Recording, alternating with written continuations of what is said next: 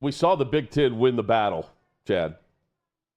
What are your takeaway, though, of the SEC performance this year versus moving forward? What's maybe the elephant in the room now that everyone needs to acknowledge? My God, is college football media not just having a ball, just running all over the freshly laid funeral ground of the SEC?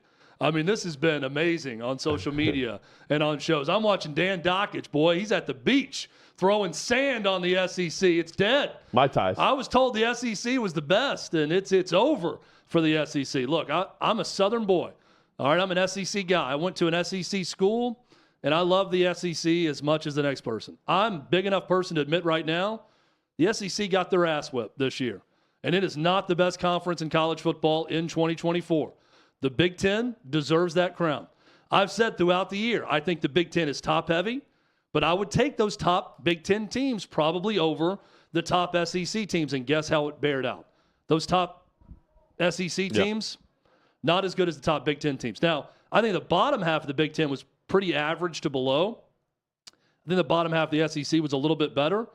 Doesn't change the point that the Big Ten was a better football conference than the SEC. I did not see Michigan, with half their roster eligible, beating Alabama. I did not see Illinois and Brett Bielema taunting Shane Beamer and beating the South Carolina Gamecocks, which everyone thought maybe was the most deserving. If someone was snubbed in the playoff, maybe it was South Carolina. Didn't see any of that. Again, I'm big enough to admit Big Ten got them this year.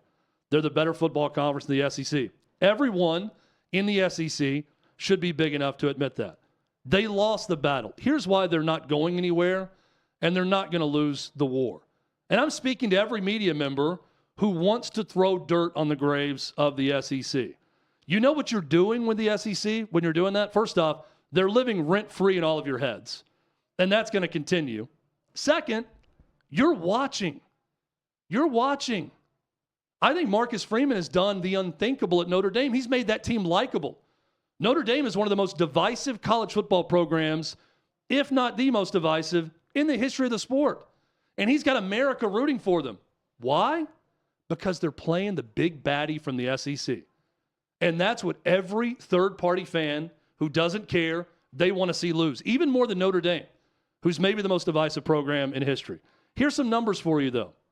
Top 50 most watched college football games of the 2024 season. Hutton, you ready for this? Let's hear it. 61 SEC teams are involved in those games that everybody watched. The Big Ten is in second. 22 times Big Ten teams appeared in that. ACC 9, Big 12 6.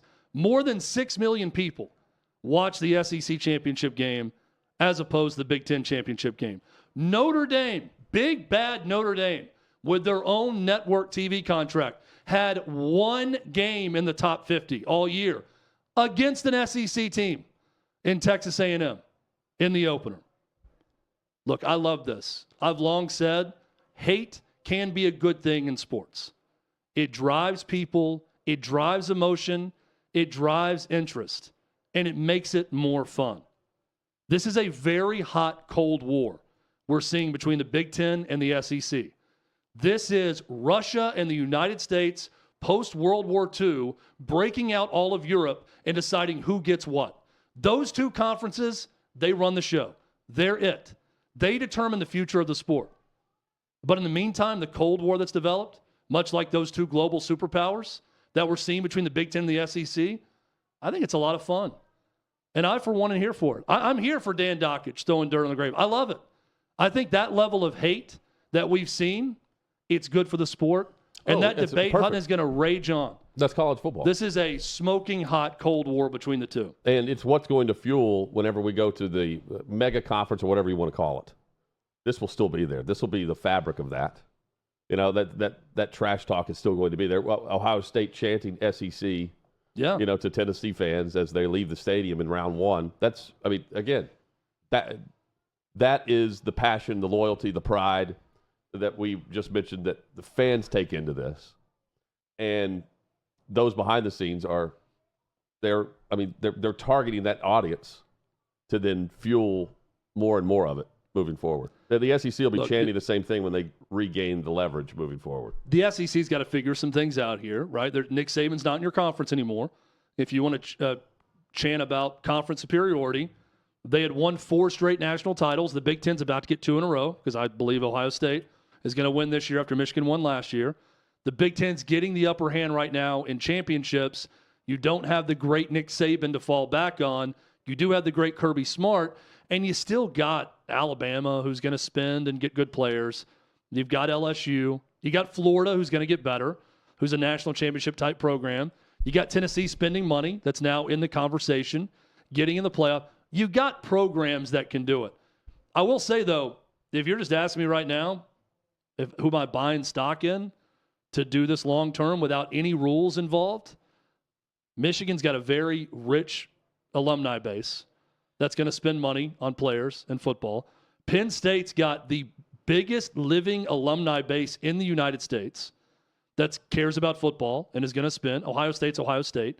They're going to get every good player from in-state. They're going to go to Miami and get guys like Jeremiah Smith, and they're going to spend money at the highest level. Notre Dame, they're doing a great job with NIL. Brady Quinn's thing is working. Yeah, and that's not to say that the SEC is not spending and cares about it and all that, but right. All the inherent advantages of the SEC are the players and the base of players from the South. Georgia and their geographic recruiting base. Florida, LSU getting players from Louisiana. Texas now, right? That's where the SEC's always had the advantage. Yep. I do think there's a bit of a leveling out, though, with some of the money interest in the North, in the Big Ten, and we're seeing that come to fruition in this playoff. Because the players now have the power to move whenever they want, and they can use the leverage to do so based on the money.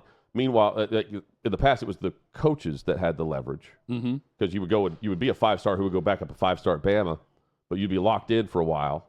But you'd eventually get your chance, and you go to the league, right? And here's what we know, transfers too. are few and far between, and now they're moving around musical chairs. Yeah, the SEC is America's football conference when you look at the television ratings. And whether that's because of love or hate, people are watching. It doesn't matter. Yeah, right. They're tuning in and watching.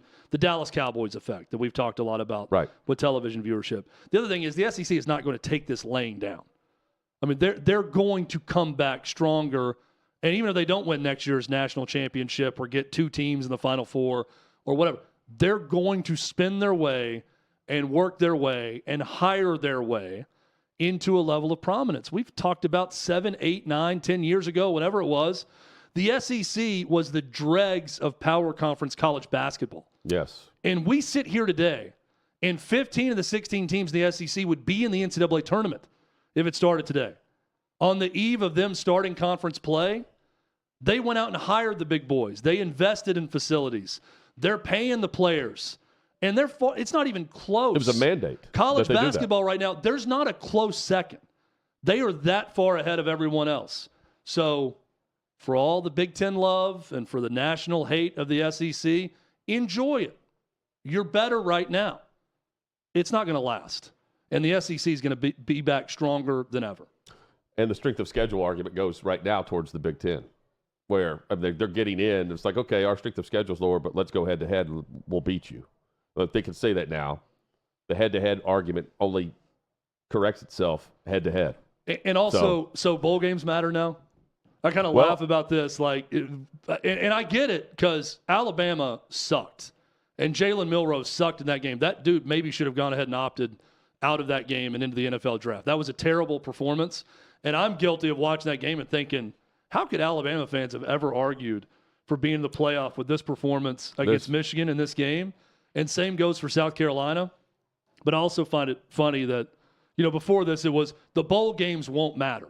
And that's what's going to take away from it. Hutton, we've seen some of the best bowl game ratings outside the college football playoff we've ever seen. We've seen bigger bragging rights coming out of Michigan's win over Bama, Illinois' win over South Carolina, Players are and playing, others. that's why. Yeah, and people are watching. Shador's and playing. People are eating it up. And Colorado and Colorado BYU was the biggest bomb. Alamo Bowl ratings ever. Sold out, which is also a rarity for a bowl game nowadays. Just ask the college football playoff. Some of the attendance figures there. Now, I will agree with most of national media on one point. I don't want to hear from a single Alabama person again about this team or deserving to be in the college football playoff. Oh, this team, yeah. Things worked out exactly as they should have worked out. But let's not say anything else about that. And Alabama and their fans, for a lot of them that jumped on board after Nick Saban became the head coach, they're learning what it's like when you got a coach finding his way. And right now, Kalen DeBoer, who I think is a very good football coach, is finding his way in the new reality of where he is in that job in the SEC. Yeah, and what's interesting is if SMU just wins the ACC title, Alabama's in. I know. And we wouldn't be having this conversation. Would they have probably been the 11 seed or the 12? I think they would have been the 12. So they would have gone to Texas? Well, they were the 11 seed in the week prior, so maybe they stay there. So no, because they would have been jumped by the automatic bye. I feel like it would have been Alabama at Penn State. Yeah, that's what it would have been. And where SMU went. So, Penn State, they're there. They remain. So does Texas.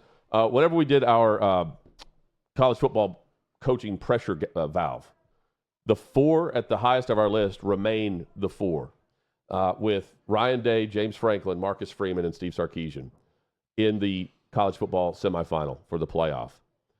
Marcus Freeman has done a tremendous job. He's the one without he signed his contract extension. Was it before the day after this came out? I think it was the day after. Texas continues to squeak by. Man, they're the lone hope for the SEC now, and they get by a thread. And then Ryan Day is mowing through competition through the toughest path necessary. It's a tough path for Oregon and Tennessee. I don't hear the tough path and woe was me for Ohio State because they continue to win. Yeah. They look like the best team in the playoff because they're playing the best and beating the best. And they got the best they could team. possibly play, I'm saying. They've got the best roster, and they got 3 receivers that take any one of those 3 guys, and they're the number 1 receiver on any team in the country. Yes. And they got 3 of them. And James Franklin is waltzing into the semis just like we thought he would. I mean, despite what we thought we might see in some of these matchups and what Ashton Genty may or may not be able to do, he had to grind to get 100 yards. Well, he ended up with 104 against that Penn State defense. Maybe we see some great semifinal matchups.